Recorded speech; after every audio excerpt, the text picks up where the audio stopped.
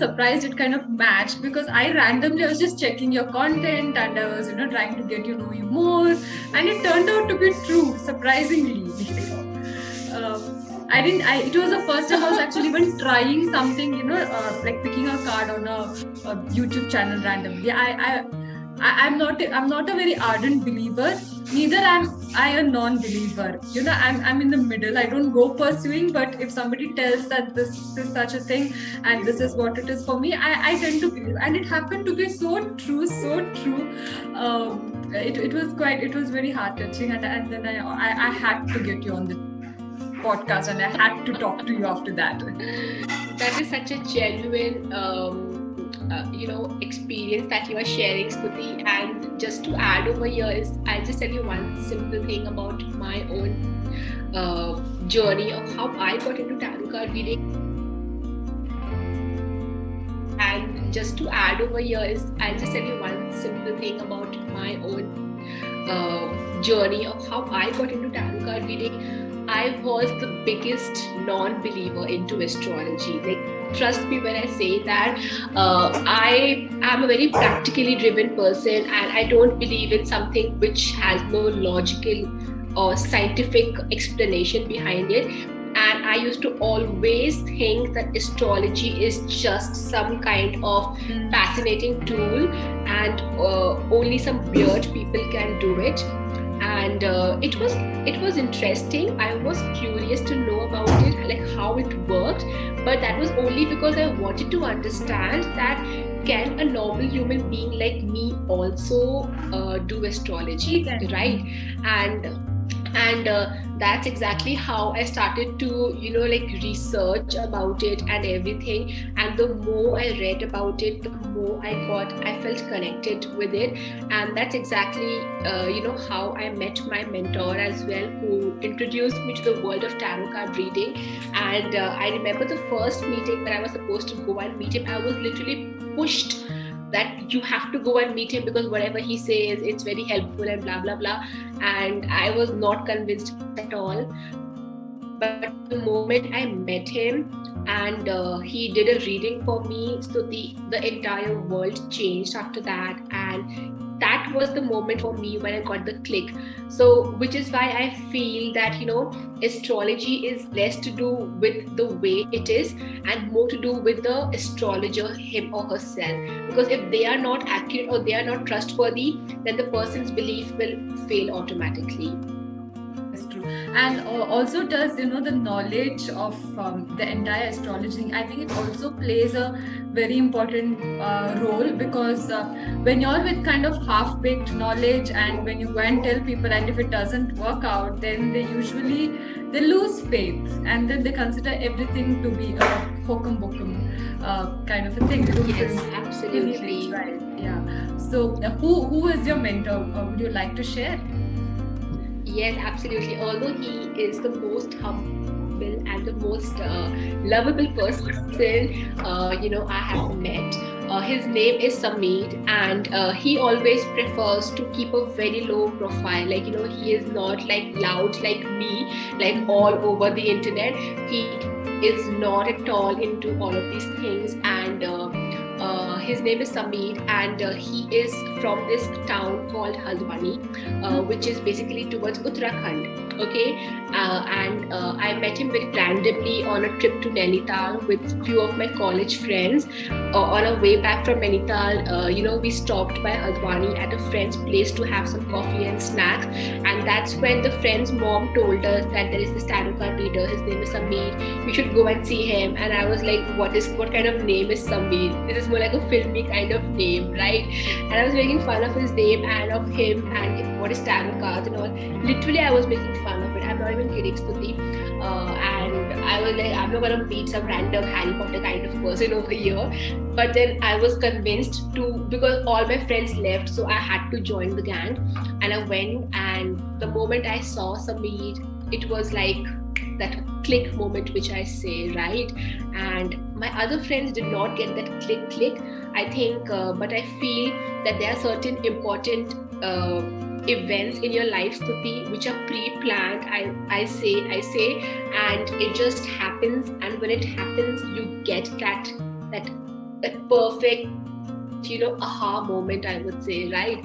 And for me, it was that with Samir, and since then, it has always been, like the journey of mentor and, not so great student, always a brat student with him. So, yeah.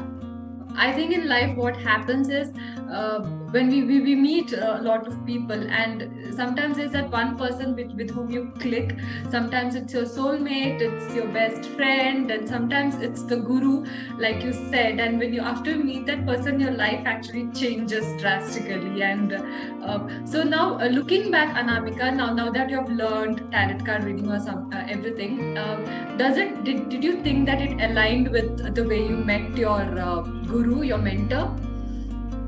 Not at all, Stuti. I'll be very honest. So I'm not sure if you were aware, but I'm also a chartered accountant, right? And so I am from this typical service class family where academics and education is given the highest priority in our lives. And I was a commerce student, and I did my graduation from Shri Ram College of Commerce, which is supposed to be the best college, for commerce people and all. And after that, I went on to pursue, my chartered accountancy. So for me, it was tarot and astrology were the taboo words, and it was more of the kind of fields where you only go when you flunk as a CA student, okay, to wear some random stones given by the astrologer. Astrology was never my plan. Tarot card reading was never my plan. I didn't even know how exactly they work. My plan was very, very clear to see that I have to become a chartered accountant, and I was working at KPMG that time, and I qualified my CA exams, obviously, and I have been working in multinationals and Big Fours.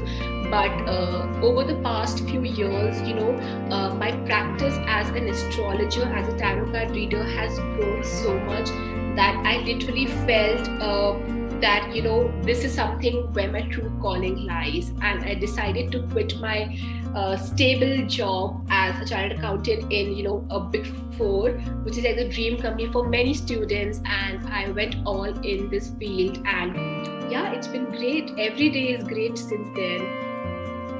That's such a wonderful story, Anamika. It's like when you find your heart's true calling, and then everything else falls in place.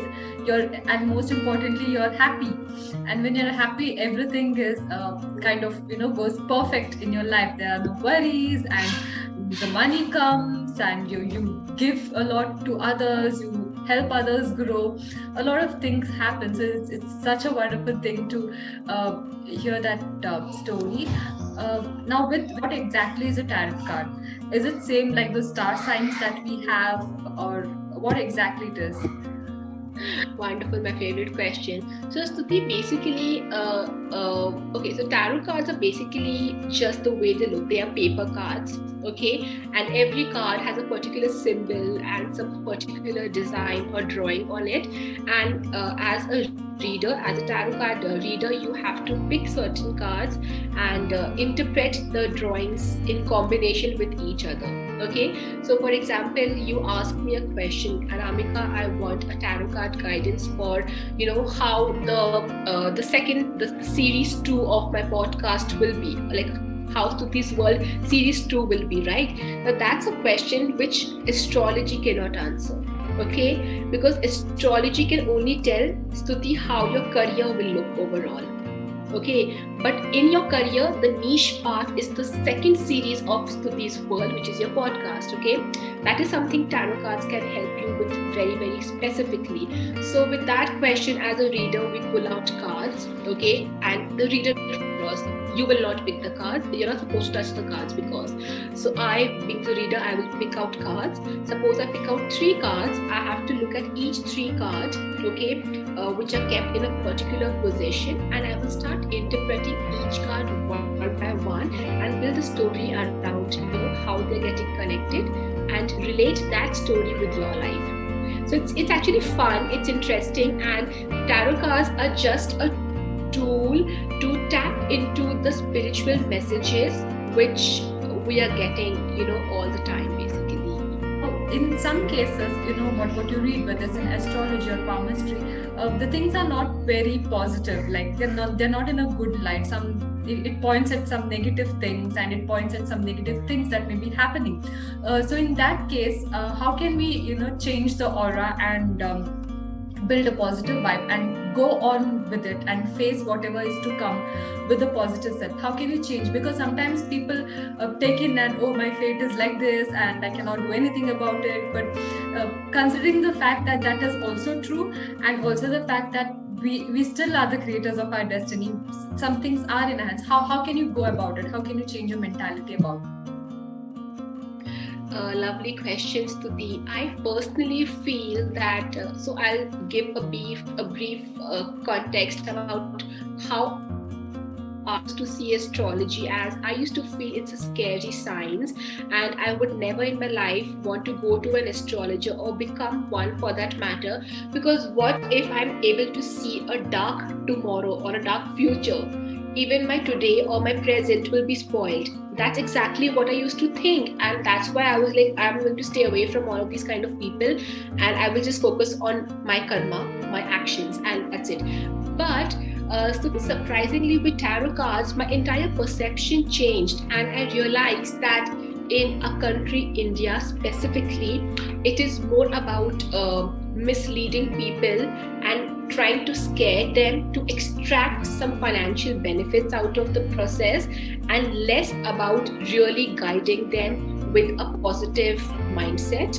And I personally feel so the tarot card reading is more like a particular journey. So for example, I am in Bangalore and I'm supposed to travel to Coimbatore from here. Okay, now I know that in this journey of 3 to 4 hours, there will be a rough lane and there will be a highway also. There will be an area of full of traffic jam. Okay, now I have two options. Either I feel scared that, oh my God, it's a long journey, I might get stuck in traffic, or I can pre-plan my journey with such a timing that I can avoid that traffic, right? That is exactly how tarot cards help you. They don't tell, oh gosh, Stuti, your podcast won't work. They will tell you that this is the probability of not working, and this will not work because of these reasons. Got it? So because I have told you in advance, Stuti, what could be the probable reasons, you will accordingly pre-plan and make sure those reasons are taken care of. Mm-hmm. Got it? So there is nothing called negative. It's all positive because you have a guidance. It's not prediction. It is more of a guidance, and I know this is going to happen, so I can keep my GPS on and accordingly get on the right route. Okay, that is a great comparison. It kind of brings in a lot of clarity about tarot card reading as well. And also ultimately in life, we are in a journey towards something, a greater end, and it is the journey, the right journey, or the way we take the journey that truly matters. So tell me, Anamika, you have your own academy, the Karmic Academy. So tell me, how did you go about that? What are kind of the courses? Just a gist for our listeners. So I basically Karmic Academy, has been started, in the lockdown phase only, with the intent of providing online workshops to all those enthusiasts who want to understand spirituality and maybe learn a bit of it so they can use it for their own lives. And we create small workshops on a monthly basis. As of now, we have around 4 to 5 workshops running, which is all online and all pre-recorded modules, basically where students can just come and enroll and grab a quick course for themselves and just read and understand and be a part of the online community we have and keep exchanging, doubts and questions. So it's less about training people to become professional readers and more about creating awareness amongst them, so that if tomorrow, supposed to be, you happen to learn tarot card reading from my academy, right? Now your intention could not be that I want to become a tarot card reader, but just by learning the basics of tarot cards, you can actually use them on a daily basis to make the best decisions of your life. And when on a daily basis you are having the best decisions, your life automatically becomes better in the long term, right?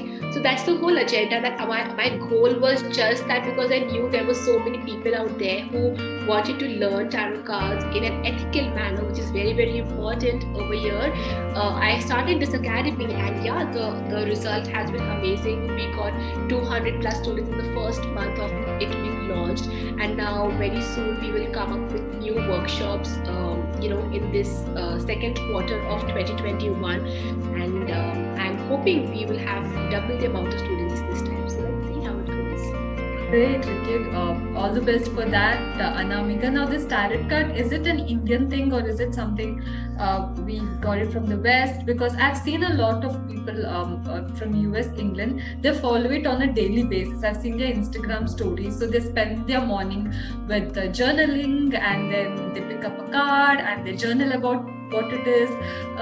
In short, they set their intentions for the day.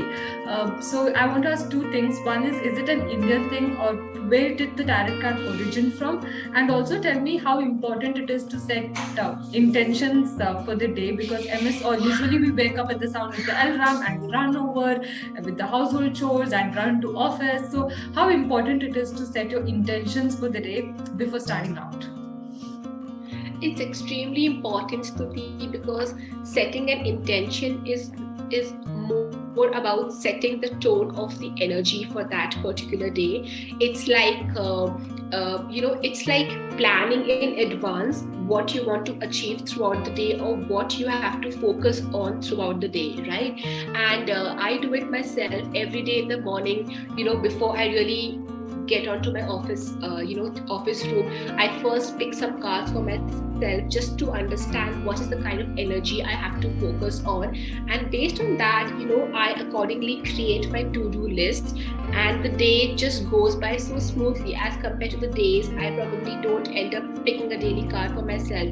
And tarot card reading is more of a concept driven from Western culture than Indian culture, because in India we believe more in horoscope and kundali, which also I do, but tarot cards is more of a Western culture, as it is based on the concept of energy, all right, and less of planets.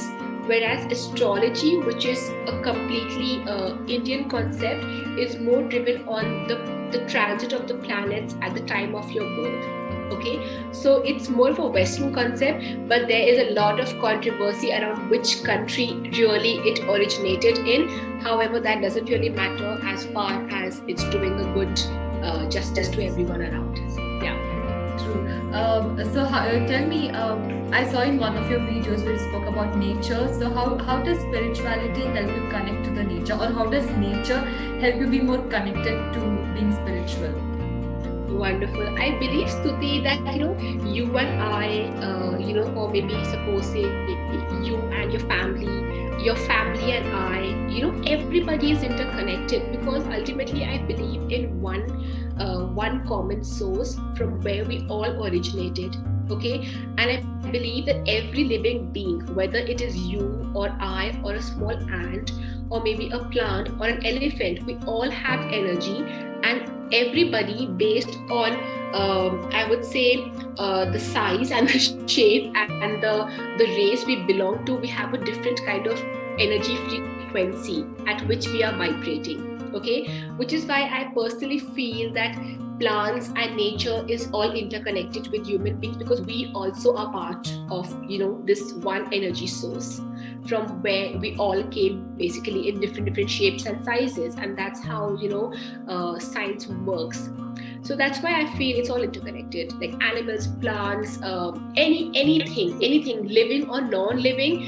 I feel it's all interconnected, because even suppose a pencil on my desk is ultimately a part of that living tree, which is a part of me and the part of the source, basically. So it's all like the loop. Yeah, true. I recently read in a book by Marie Kondo. She speaks about tidying up, and she speaks about how we should care for every single thing in our house, even our laptops. And suppose if you were to discard your laptop and buy a new one, give it a proper ending, like close it and join your hands with gratitude and say thank you. And it kind of put me in that perspective. When you show gratitude to everything around you, when you treat it with respect, like as if it has a soul of its own, it will in turn serve you in the same manner. Anamika, tell me, do you believe in past life, and does the present life, is it a result of the consequences or the good deeds of the past life? Yes, absolutely. So, Stuti, over here again, I have a different take on this. I don't believe in past and future. I only believe in now, the present moment, and I feel every moment which is happening, right? It is interconnected. Like something what we spoke about 10 minutes back, it becomes past, right? And right now, what we are talking, it is because we spoke like that 10 minutes ago, right? So it is all interconnected. So I feel that currently, if we are in the form of a human body, it is because of certain karmic deeds or actions that we have committed, and because of which we got this incarnation in the form of a human being. And if we do not do justice to our existence in this particular body, then we might have to again be born in another form, which is why we say it's very important, to achieve, that moksha prapti, we call it exactly. That it's important that we focus on what keeps us happy, because that is what your soul wants. Until the time you don't keep your soul happy, it will keep coming back and back and back in different shapes and like physical forms. So which is why it's important we don't get affected by others' opinions and rather just go by what makes me happy, because it ultimately results to the past life and the future life, and that cycle continues till the time you achieve moksha. Okay, so our soul goes through the journey, and what our soul does, it kind of puts us in a different kind of situation. So, do you think the present generation, because you have had students coming over to your academy, do they have a positive mindset towards the entire astrologer, numerology thing, or are they a little skeptical about it and later get convinced? It's a mixed crowd, I would say, Stuti. A lot of the students already have done their research about it and they want to learn it further, and few of them are a bit skeptical, but at the same time they are curious, just the way I was initially, and they start doing it and later on. But the end result is that each and every student, I can vouch for it, literally every one of them has evolved into such a better person as compared to when they started the courses. So that's something which really gives me the kick and the happiness, that I'm able to enhance their perception from a broader perspective towards life. Mika, is there any specific book that a beginner or someone who wants to get into it or start learning about it, is there any specific book that you recommend, which we can just buy off Amazon and start? Yes. So I'll share the book through which I started. It is very famous even now, and it's called The Secret, basically. And I feel that it will be very helpful for a basic beginner, because it talks about concepts about manifestation and energy and law of attraction, which if you are able to understand, trust me, you will be able to achieve anything and everything in your existence. And if you are not a basic beginner level, then you can go for books like maybe The Power of Now, or The Power of Your Subconscious Mind, or even things like Think Big, or even books like Think Like a Monk, which I am currently reading right now by Jay Shetty. So that's an amazing book as well. So these are some of the very easy reads that a person can just grab if at all you are a bit into spirituality and metaphysical aspect of life at the same time.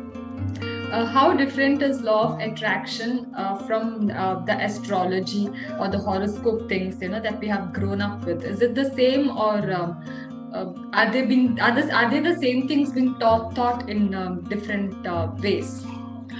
I think the approach is different, but the end result is the same. Okay, so I would suggest that law of attraction is more about being in the moment and attracting or creating a particular energy vibration around yourself, and astrology is more about the external help which is being offered to you in the form of gravitational pull of the various planets in a solar system, right? So the reality or the manifested reality really happens when the internal and the external force works in sync. So law of attraction is more about putting your internal energy in place, and astrology is more about what you already are blessed with in the form of external planetary gravitational. What do you think is the one thing that we can do, follow as a daily practice to bring the internal and external energy in sync?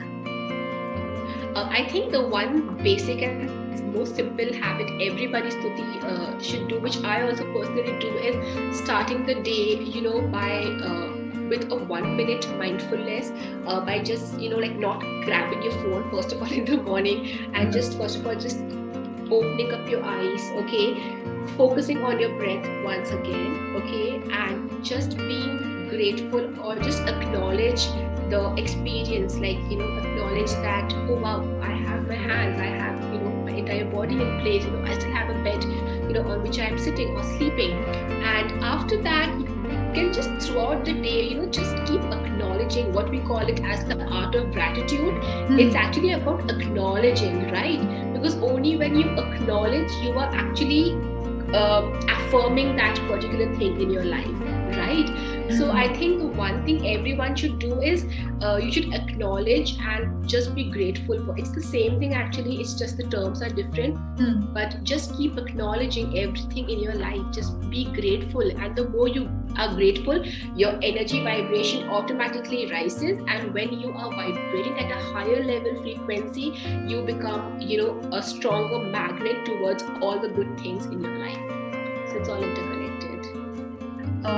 But what about, sometimes people around us, they say things which kind of put our vibe down. We may start off on a great note, but sometimes maybe office colleagues or maybe neighbors, and they put our vibe down. So how do we channel our energy in the right direction in such situations and not really get worked up out of it?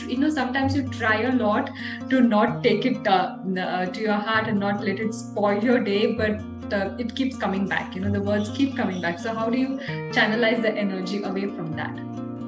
So I would like to ask a small question to you, Stuti, over here. Okay, suppose so this is something which is very common. Suppose you had 70,000 rupees in your bank account, like right now. Okay, and someone just by mistake or something randomly debited 100 rupees from it.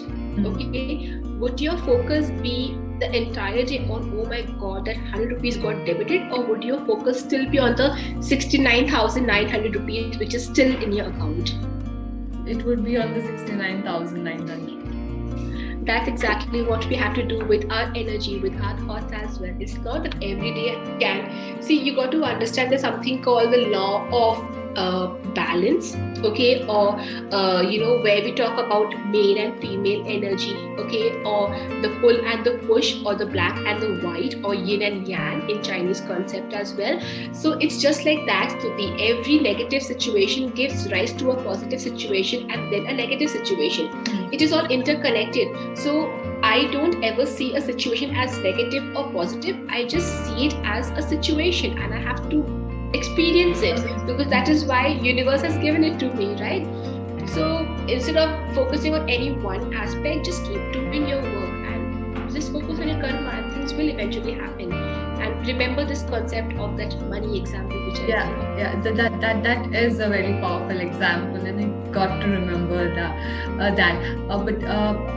With regard to achieving goals, and with regard to doing the best things in life, how can a person increase his focus and set his priorities straight on a spiritual level?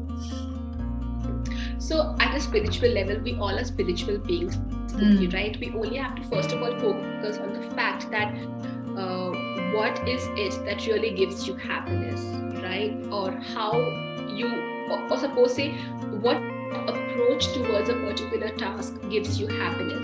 I think the one thing that I've seen a lot of people doing and then feeling disconnected is that they try to copy another person and then not eventually getting success and going into that loop of depression and negativity. However, if you really want to keep in sync with your spiritual aspect, I think the one easy and tough thing that everyone can do is meditation. Okay, and when we talk about meditation, Stuti, it's not a big deal. It's all about focusing on your breath, and that's it. Just shifting your attention towards your breath. Like, just imagine, like, while you are listening to the podcast, when was the last time you actually, your focus went towards your breath? It's more like a passive thing which is happening, happening on its own. in you. Exactly. But the idea of meditation is to bring your active attention on your breath work. And that is it. That is meditation. It's not like you have to sit like this and in some complex position for 100 minutes and then focusing on one thought. It's not gonna happen that way. You just have to sit anywhere on your bathroom pot as well, for that matter. I'm not even kidding. Okay, where the fragrance is good, definitely. Just have a good vibe around yourself. Maybe just light a small candle or an incense stick. Play a soft music if that appeals to you, and just dim the lights maybe to prevent your distraction basically, and just start focusing on your breath. Like, just shift your attention from passive to active on your breath. That is meditation. Okay, that is definitely, and you're so right. We don't focus on our breath. We don't care, and usually a lot of people have noticed they breathe wrong. They don't breathe in the right way. They don't even take in the air the right way. And when you breathe in, your body, your stomach has to feel full. It has to come out, right? It's usually done in the other way. When they breathe in, they take their chest inwards and they inhale and it's bent. A lot of people breathe in the wrong way. So one of my mentors again once told me that the average span of a human life is actually half of what it is supposed to be, and all the credit goes to an incorrect pattern of breathing. So just imagine a person who is actually living for 50 years was maybe supposed to live for double the time, but it's only because you were not literally living to your truest potential in terms of your breath work that you lasted for not that amount of time. And when it comes to breath work, you should remember that when you are inhaling, your stomach should expand, because the whole idea is to fill up maximum air in your lungs. Okay, yes. And when you exhale, your stomach should contract, okay, and all the air should go out from your lungs. That is how your respiratory system will actually start functioning to its true potential, and you will live a longer life maybe. So yeah, see, the way in which we are living is changing drastically, and to point out the ecology of the earth is also changing. There are fewer trees, and there's more preference to the concrete jungle, so as to say. How do you think that affects the cosmic energy or the spiritual aura around human beings, and how much of an effect does it have on us? I think we definitely, are becoming more into, like fast life, technology-driven life, and electromagnetic waves around us than just the natural, energy around us. But I think, it can only affect you till the time you want to get affected by it, because nowadays, while the forests and all are getting reduced, even the awareness towards having your own indoor gardens and all is increasing. So I personally feel that you cannot change the external factors. You can only change what is in your control. So I think if you are someone who feels bad about the nature or something, maybe just take up a step and do something about it, right? And don't stress out about the trees getting cut. Focus more about how you can plant more saplings and do like a plantation drive, or have your own greenhouse in your own small balcony maybe. I think that if every listener of this podcast can initiate that small step, imagine what a big impact it will create to the entire Mother Earth. Yeah, true. That is absolutely true. And it's also true that a lot of people are moving towards setting up their own balcony gardens and having a lot of plants and having the green vibe even within the house, in their bedrooms and the master living rooms. They're having a lot of plants, which is a very good change compared to the previous decade. Anamika, tell me, how important is a person's surroundings, the way he lives or the way he maintains his house, how important it is to lead a positive spiritual life? See, everything has energy. Everything, be it a living or a non-living object, it has energy. Let me try to prove it to you. Okay, suppose, let me show you a couple of things. This is a candle. How do you feel about it? Like, you feel maybe a bit positive, maybe a bit relaxed. Okay, now I'll show you one more thing. I'll show you this card. What do you feel about? I'll hide the number probably. Okay, how do you feel about this card? Yeah, It's a different energy. Yes. Yeah, it's more of the energy of like, wow, I can shop, I can spend, Yes, right? yes. So you just saw that This is more nothing peaceful kind of energy. Exactly. And now if I show you, suppose this, this box of my AirPods, right? It's a different energy Yes. altogether, right? So basically, Stuti, my idea is that everything has energy or a vibration or a meaning attached to it. All right, and which is why it is very, very important that suppose if you go to a temple, okay, can you see AirPods and ATM cards kept over there? No. Right? Because the whole intention of the temple is to give you a peaceful vibe, right? Similarly, have you ever seen in any of the MNCs, where the idea is to get your productivity to the highest level? Have you seen candles kept over there or something? No. Right? So it depends on where you are and what your intention is, and based on that you do up the area around yourself. I have seen people having so much of clutter, or suppose I have seen students for that matter having so many books on their working on their study table, and then saying, oh my god, I'm so stressed out. But they don't understand that because you have this stress around yourself, you are feeling stressed out. The idea should be to have only one single book that you are studying at that point of time, and the rest should be inside the drawer.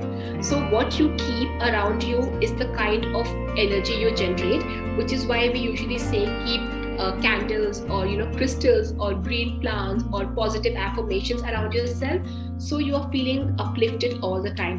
Whereas if you just keep 2-3 dustbins or just some stationery lying on your desk, would you feel happy? No, you will feel cluttered.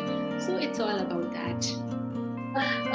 Does wearing jewelry, specific types of jewelry, does it have an impact on setting up some pressure points or sending out energy from a body? Yes, absolutely. So I can show you something.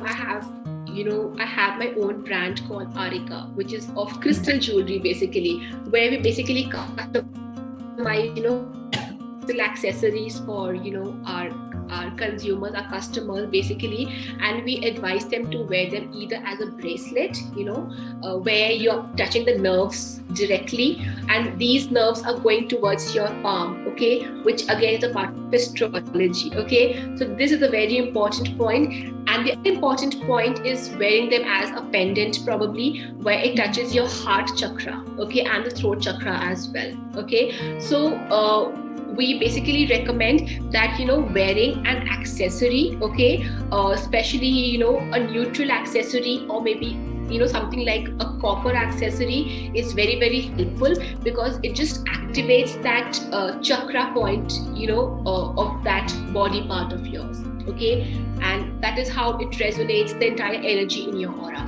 So just by wearing an accessory on your ear or something might not really change the game, but wearing in sensitive points, like as a pendant or as a bracelet, or maybe even on your fingers, which as per palmistry we recommend stones to our clients, we touch those particular energy points, which activates the energy in our aura accordingly. So just like that. Wow, Anamika, that is great. So what I got from it is, whatever that we do, whether we are the way we are living our life, the way we have our surroundings, what we wear, everything has an energy. And when we do everything with a particular set of intention, when we do something with intention, when we are wearing something with a particular intention, I think it kind of gives out a powerful message. It sends out powerful vibes, which help us do our best in our life, or maybe live our lives to the way we are supposed to be living, rather than just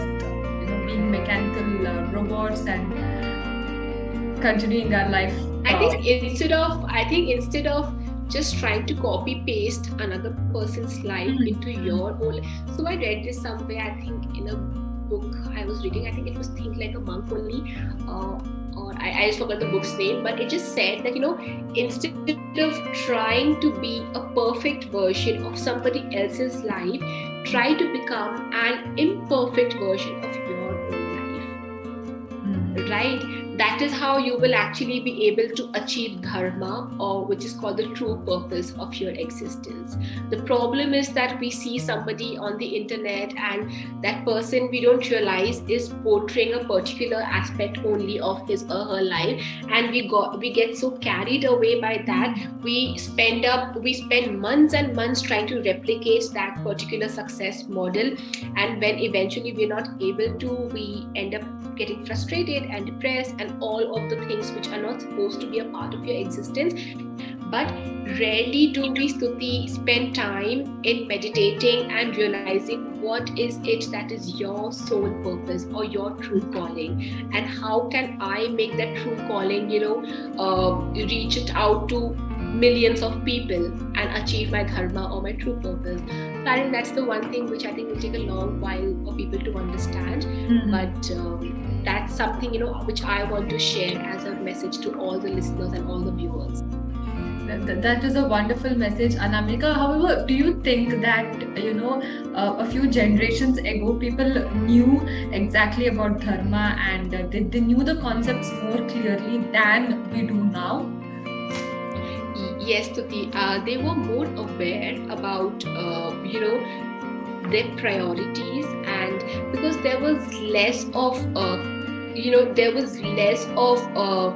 cutthroat competition, I would say, and there was more of intentional living at that point of time. Okay, and yes, there was less population as well. That's definitely, the core of all the problems.